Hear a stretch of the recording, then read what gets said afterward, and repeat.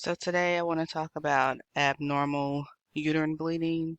The reason why I want to bring this subject up is because I had this issue um, a few months back. I've actually had this issue back in 2008, I believe. Yeah, 2008, and this was after I gave birth to my first child. That was the first time that that has happened. Now, this abnormal bleeding started again a couple months ago, and it lasted for about a month and a half or so, and it was continuous bleeding nonstop. Like it would, I had some breaks in it, like it would stop for a couple days and then start back up. Then it would go light, then go dark, and to the point where I was even passing blood clots from the size of a quarter to the size of my fist. Um, I did try several different remedies. Even though I am a certified herbalist, this is something that you would actually have to see your GI or OBGYN doctor for because they have different tools and things that they can use to see exactly what the cause is. So that was the first thing. I just thought that, okay, let's go ahead and try some remedies. But as I seen that the blood was continuing every single day, and I do have irregular bleeding anyway, so since I was a teenager, so it was nothing really, really too strange because I know sometimes I would have a period for about 7 days. The shortest was like 5 days, and the longest was like a little bit over 14 days. But um, what really caught my eye was that I had already had a period prior to, maybe like 3 weeks prior to that abnormal bleeding started. So I had already had menstruation, which lasted for about 14 days. So, that was fine. And then 3 weeks later, I started to do some spotting. So I was like, okay, no, I'm not pregnant, but let me just take a pregnancy test anyway, to see what that is. So it was brown spotting, um, for a couple of days, and then from there, that's when it started to come on. So I was like, okay, is this like another period or something? But that has never ever happened to me before, which is why I was like, okay, this is kind of strange. And then it went over when it went over to 14 days, and then started passing the blood clots.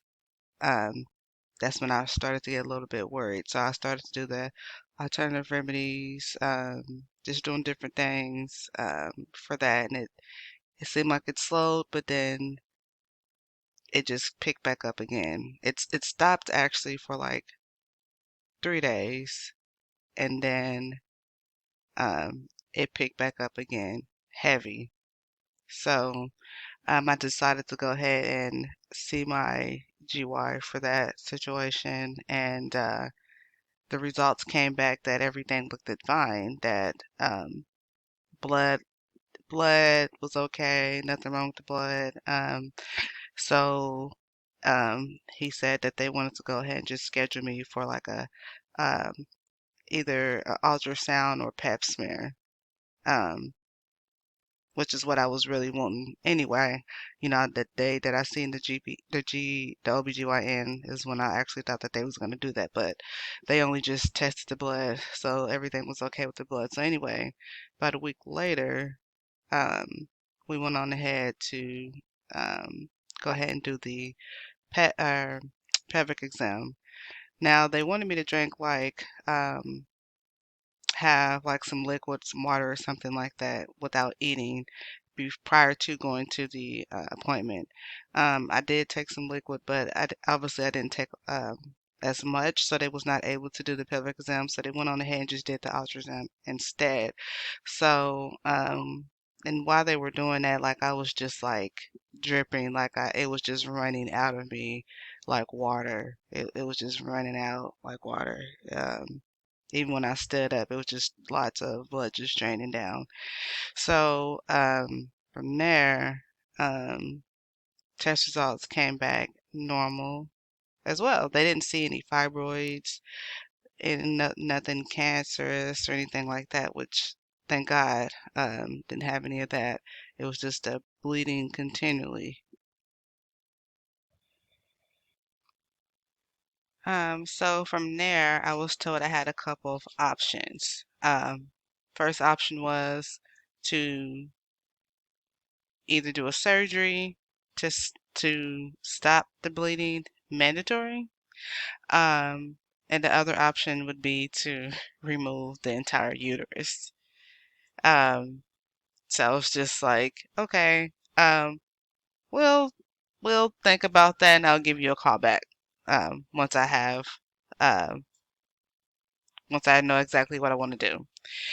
I knew that I was definitely not going to do anything of that nature, period. I just wanted to make sure, I wanted to just rule out everything, make sure there was nothing major going on before I take it a step further into my alternative remedy journey.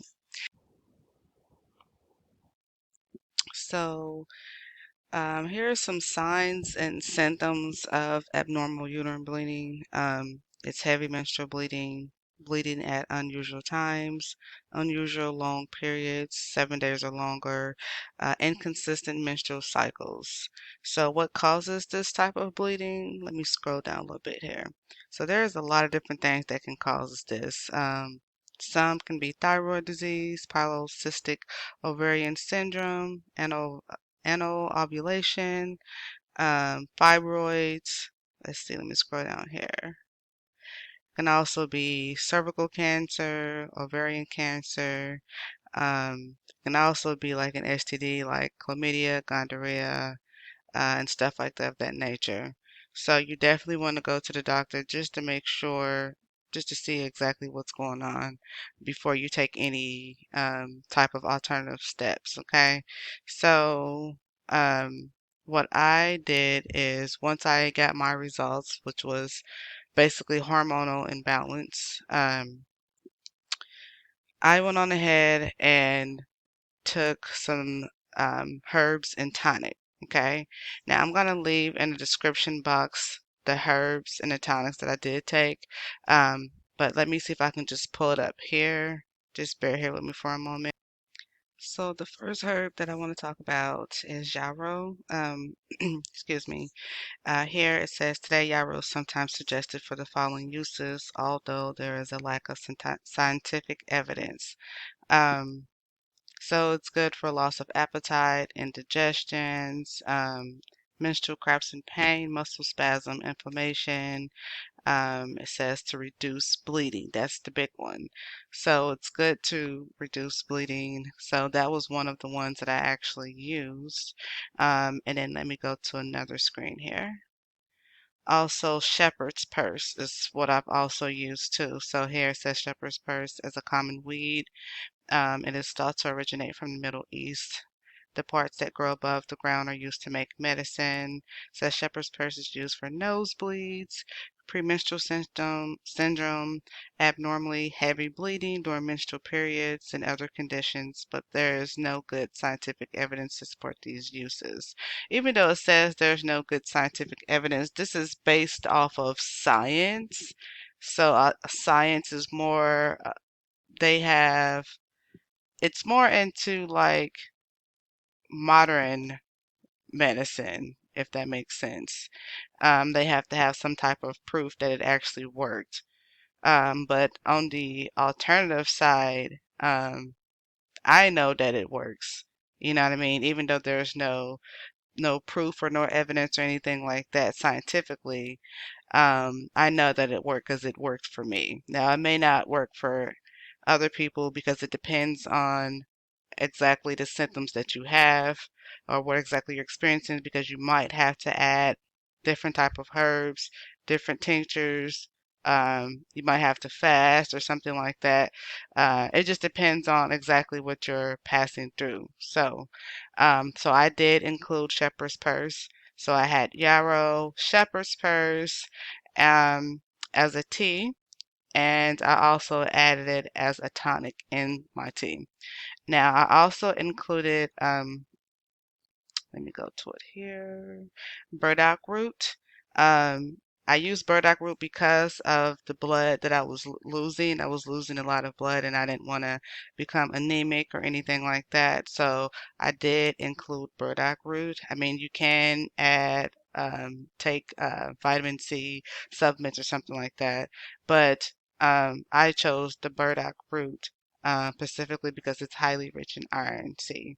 And it's also good with different type of things too. Like it's good for cancer, high blood pressure, just different things of that nature. So let me see if I can pull it up here. So it says it contains vitamin C, calcium, magnesium, and iron. Burdock also contains inulin, a form of starch that is important in the metabolism of carbohydrates. So burdock root, I mean, if you do some research on it, it has a lot of good benefits. Um, and so let me also share with you guys another link so you can get a little bit more educated on the research here on your herbs. So Annie's Remedy.com is a good one where you can do some research on different type of herbs. It also give you different remedies, different common names that it's called. See, it also says that it's good for acne, cancer prevention, diabetes, eczema, pregnancy, childbirth, psoriasis, um, a lot of different benefits. So let me just pull up one more site for you guys. It's the American Botanical Council. This is an absolutely favorite. Um, you would have to sign up to become a member to get more access, but it does give you some free information. So like if you type in burdock root here,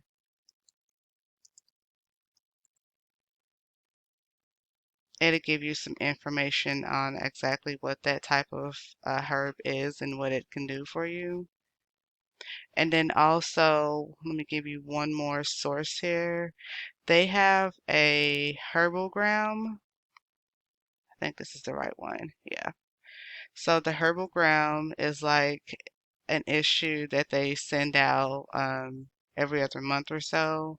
And it has, you can actually download this too.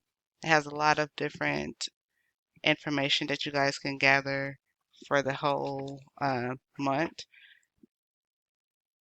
Give me a second here. And this is issue 135, fall 2022. So current issues, actually this is the PDF right here.